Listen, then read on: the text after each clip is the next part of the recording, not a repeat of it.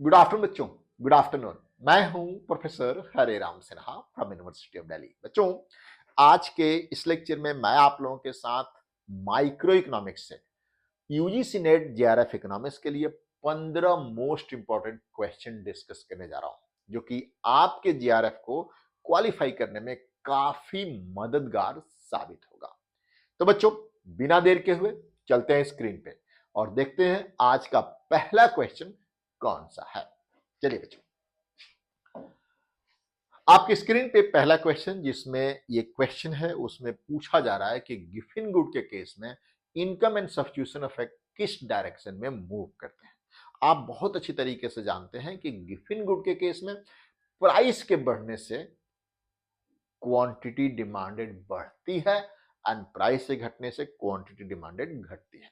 तो यहीं पे एक क्लियर हो गया कि substitution effect and income effect दोनों अपोजिट डायरेक्शन में मूव करते हैं बच्चों। तो इसका आंसर क्या होगा? यहां पे दोनों एक ही दिशा में होते हैं और कीमत बढ़ने पर मांग बढ़ते हैं, नहीं, दोनों एक दिशा में नहीं होते हैं।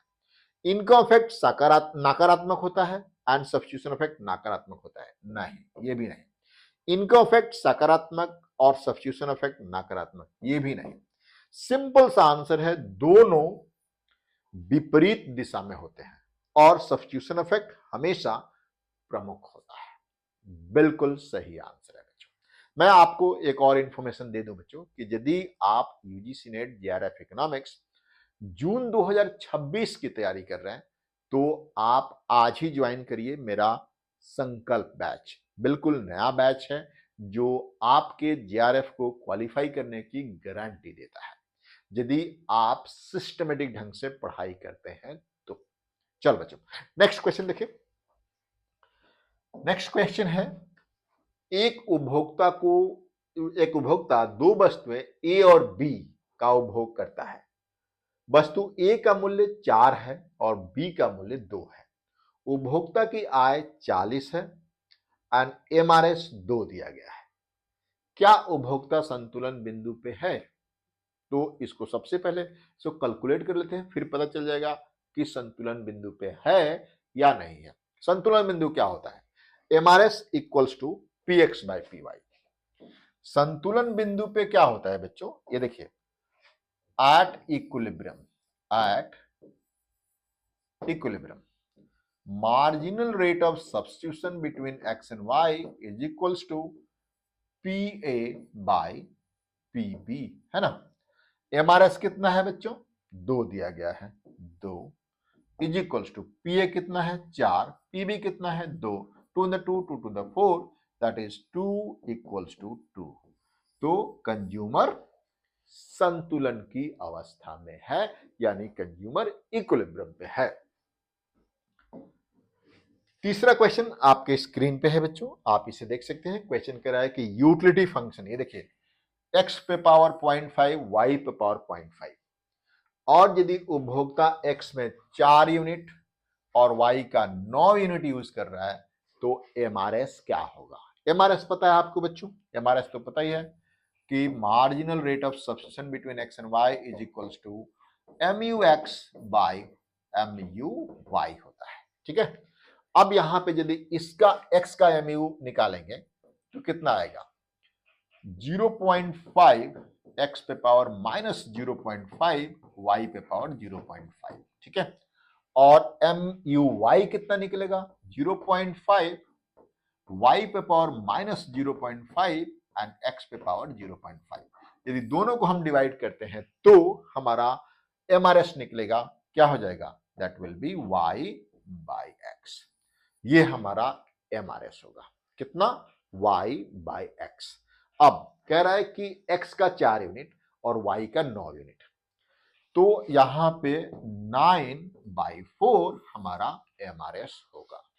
9/4 MRS होगा, यानी 1 पॉइंट समथिंग होगा। यस, 1 पॉइंट समथिंग, जो भी आएगा आप यहां से कैलकुलेट कर सकते हैं, ठीक है बच्चों। मैं आपको फिर से याद दिला दूं कि मेरा यूजीसी नेट जेआरएफ इकोनॉमिक्स जून 2026 का संकल्प बैच लॉन्च हो गया है। आप चाहें तो इमीडिएटली ज्वाइन कर सकते हैं। ज्वाइन करने के लिए आप मुझे इस नंबर पे 99105 692267 पे आप मुझे कॉल कर सकते हैं। चलिए नेक्स्ट क्वेश्चन आपके स्क्रीन पे, किसी उपभोक्ता का उपयोगिता फलन 3x + 2y है, यदि x = 5 y = 10 है तो MRS क्या होगा। सबसे पहली बात, ये आपका लीनियर यूटिलिटी फंक्शन है, उसका आप MRS देख लीजिए। MUX/MUY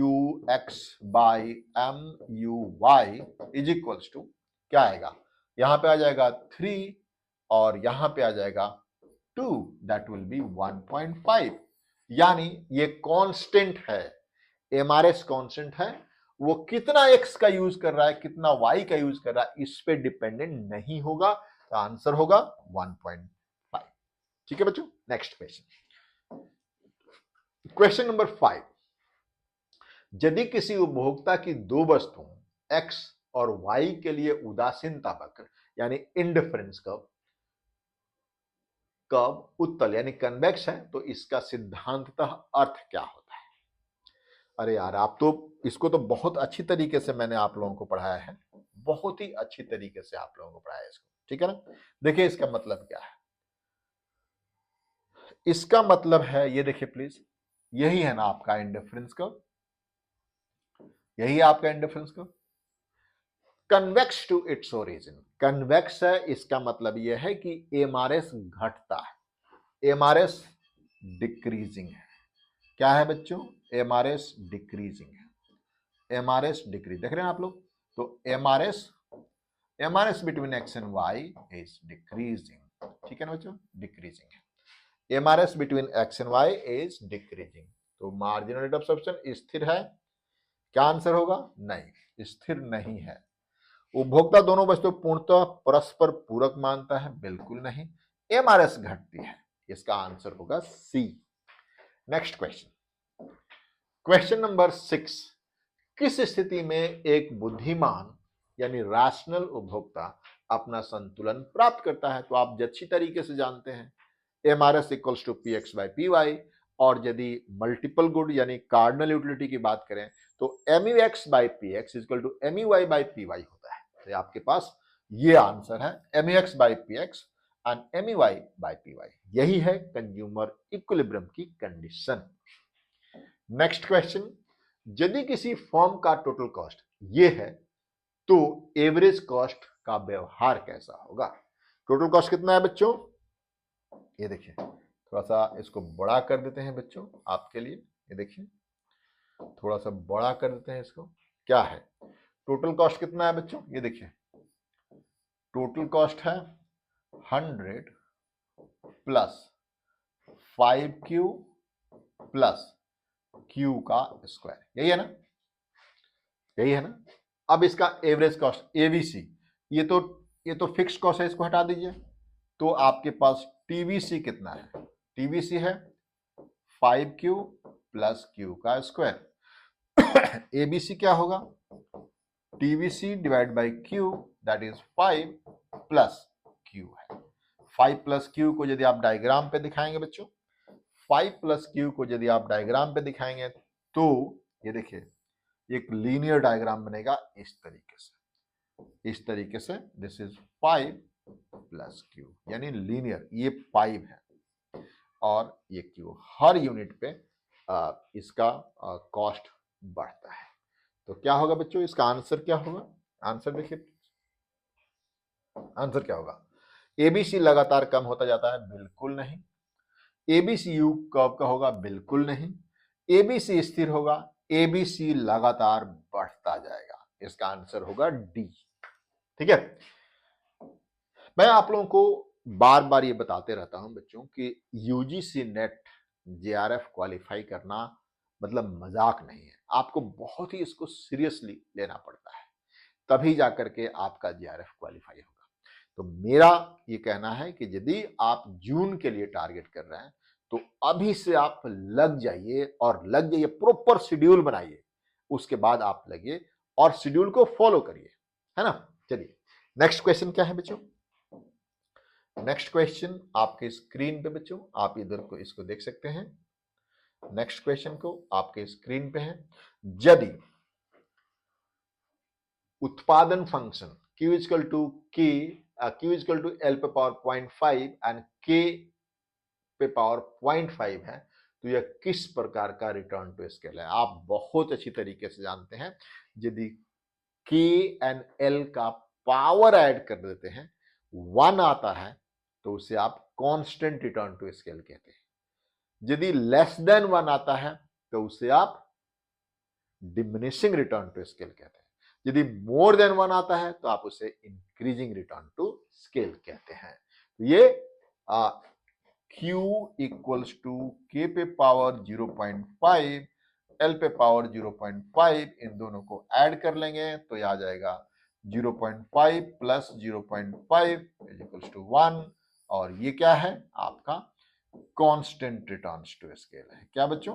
constant return to scale, यानी answer is B, constant return to scale. Next question आपकी स्क्रीन पे बच्चों आप यहां देख सकते हैं, देखिए प्लीज। किसी उत्पादन प्रक्रिया में, ये देखिए प्लीज, किसी उत्पादन प्रक्रिया में किसी एक आइसोकॉन्ट पे आगे बढ़ते समय marginal rate of technical substitution घटता क्यों है? यानी आप इसको आइसोकॉन्ट ले लीजिए, ये ना आपके पास, यहां पे आप लेबर लेते हैं और यहां पे आप कैपिटल लेते हैं, ये है ना बच्चों। तो ये कह रहा है घटता क्यों है, एमआरटीएस घटता क्यों है? इसका सीधा सा एग्जाम्पल है, ये घटता इसलिए है क्योंकि जैसे जैसे आप किसी एक इनपुट का अमाउंट बढ़ाते जाएंगे वैसे वैसे उसकी मार्जिनल प्रोडक्टिविटी कम होती जाती है। तो इसका आंसर क्या है बच्चों? मार्जिनल प्रोडक्टिविटी का कम होना इसका आंसर है। क्योंकि इनपुट की कीमतें बदलती हैं? बिल्कुल नहीं, क्योंकि एक इनपुट की मार्जिनल प्रोडक्ट घटती। यस, आंसर इज बी, क्योंकि जैसे जैसे आप किसी इनपुट का अमाउंट ज्यादा यूज करेंगे उसका मार्जिनल प्रोडक्टिविटी घटते जाता है। ध्यान रखिएगा बच्चों, आपको शेड्यूल के अनुसार पढ़ाई करनी है, नहीं तो इस तरह के क्वेश्चंस सॉल्व करना आसान काम नहीं होता है बच्चों। और इंडिया में, और खास करके मैं देख रहा हूं स्टेट यूनिवर्सिटी के बच्चों को इस तरह की चीजें पढ़ाई नहीं जाती है। तो आपको, आपने तो डिग्री तो ले ली एमए की, या ग्रेजुएशन की डिग्री तो ले लिया आपने, उसके बाद एमए में एडमिशन भी ले लिया आपने, लेकिन उस लेवल के जो यूजीसी चाहता है उस लेवल की पढ़ाई आप नहीं कर रहे हैं। तो इसलिए आपको मैं सजेस्ट करता हूं कि जल्दी से आप शेड्यूल बना करके पढ़ाई शुरू कर दीजिए। आगे देखिए प्लीज, ये क्वेश्चन क्या है बच्चों? किस स्थिति में फॉर्म का एक्सपेंशन पथ एक सीधी रेखा में होता है? एक्सपेंशन पाथ, ये देखिए प्लीज, एक्सपेंशन पाथ तो आपको पता ही है बच्चों, है ना? ये एक्सपेंशन पाथ है ना, ये सीधी रेखा में कब होता है? देखिए, यदि ये हॉरिजॉन्टल है तो ये शॉर्ट रन एक्सपेंशन पाथ है ना बच्चों, शॉर्ट रन एक्सपेंशन पाथ है ना। यदि मतलब 45 डिग्री लाइन है तो इसका मतलब ये है कि क्या है, बोलिए जल्दी से, ऑप्शन देखिए क्या क्या है। देखिए, जब उत्पादन में कांस्टेंट रिटर्न टू स्केल हो, जब दोनों इनपुट का ऑप्टिमम रेशियो सेम हो, यही आंसर होगा बच्चों। जब दोनों इनपुट का ऑप्टिमल रेशियो सेम होगा तब ये स्ट्रेट लाइन होगा, बिल्कुल सीधी रेखा में। और हॉरिजॉन्टल कब होगा? जब ये शॉर्ट रन एक्सपेंशन पाथ होगा, यानी उस केस में एक इनपुट फिक्स रहता है। नेक्स्ट क्वेश्चन बच्चों, क्वेश्चन नंबर, क्वेश्चन नंबर 11 आपके स्क्रीन पे देखिए प्लीज। क्वेश्चन नंबर 11 आपके स्क्रीन पे है बच्चों, देखिए प्लीज क्या कह रहा है। संपूर्ण प्रतिस्पर्धा के दीर्घकालीन संतुलन में एक फर्म की कौन सी स्थिति सही होती है? मतलब परफेक्ट कंपटीशन में एक फर्म इक्विलिब्रियम पे कब होता है? बड़ा सिंपल सा है, ये आपको पता है। मूल्य P सीमांत लागत MC के बराबर होता है, लेकिन औसत लागत ए सी से अधिक होता है? नहीं। मूल्य पी सीमांत लागत यानी पी इक्वल टू एमसी और औसत लागत न्यूनतम पे होता है। हाँ, यानी एवरेज कॉस्ट मिनिमम पे होता है, वहीं पे एमसी प्राइस के बराबर होता है। याद होगा आप लोगों को, नहीं याद है तो पढ़िए उसको ध्यान से। मेरा कई वीडियो इस पे आपके पास यूट्यूब पे मिल भी जाएगा, कंज्यूमर उसके प्रोड्यूसर इक्विलिब्रियम पे परफेक्ट कंपैरिजन में। ठीक है, आगे देखिए। नेक्स्ट क्वेश्चन है, संपूर्ण प्रतिस्पर्धा के बाजार में संतुलन मूल्य कैसे निर्धारित किया जाता है? आप बहुत अच्छी तरीके से जानते हैं इसको। कैसे निर्धारित किया जाता है? जहां पे M R equals to M C cut करते हैं, है ना बच्चों। प्रत्येक फर्म अपने औसत लागत के आधार पर नहीं, उद्योग की मांग और उद्योग की आपूर्ति मिलकर तय करते हैं। प्रत्येक फर्म स्वतंत्र रूप से मूल्य बढ़ा सकती है क्योंकि प्राइस मेकर होता है? नहीं, मूल्य सरकार द्वारा, ये भी नहीं है, ये भी नहीं है। उद्योग की मांग और उद्योग की आपूर्ति के अनुसार डिसाइड होता है। क्वेश्चन नंबर 13 आपके स्क्रीन पे बच्चों, क्वेश्चन नंबर 13 देखिए। एकाधिकार फर्म का लर्नर्स इंडेक्स 0.6 है। यदि मांग वक्र की मूल्य लोच स्थिर है तो निम्न में से कौन सी मांग लोच होगी? लर्नर्स इंडेक्स पता है बच्चों आप लोगों को? लर्नर्स इंडेक्स जो होता है दैट इज 1/ED होता है, ठीक है ना। 1/ED कितना है यहाँ पे? 0.6 है, 0.6 है ना। कौन सा? अब यहां पे आप, ये आपके पास क्या है? चलिए ये गलत हो गया। लर्नर्स इंडेक्स है 0.6 इक्वल्स टू 1/ED, है ना। तो आप ईडी ढूंढ सकते हैं, ईडी इक्वल्स टू 1/0.6, है ना बच्चों। तो जो भी आता है आप यहां से, ये इलास्टिसिटी आपकी 1/0.6 इलास्टिसिटी की वैल्यू होगी। जो भी आप यहां से कैलकुलेट आप कर सकते हैं, यहां से 1/0.6 आपकी इलास्टिसिटी ऑफ डिमांड हो जाएगा। नेक्स्ट क्वेश्चन है बच्चों, बॉटन डुओपोली। ये देखिए प्लीज,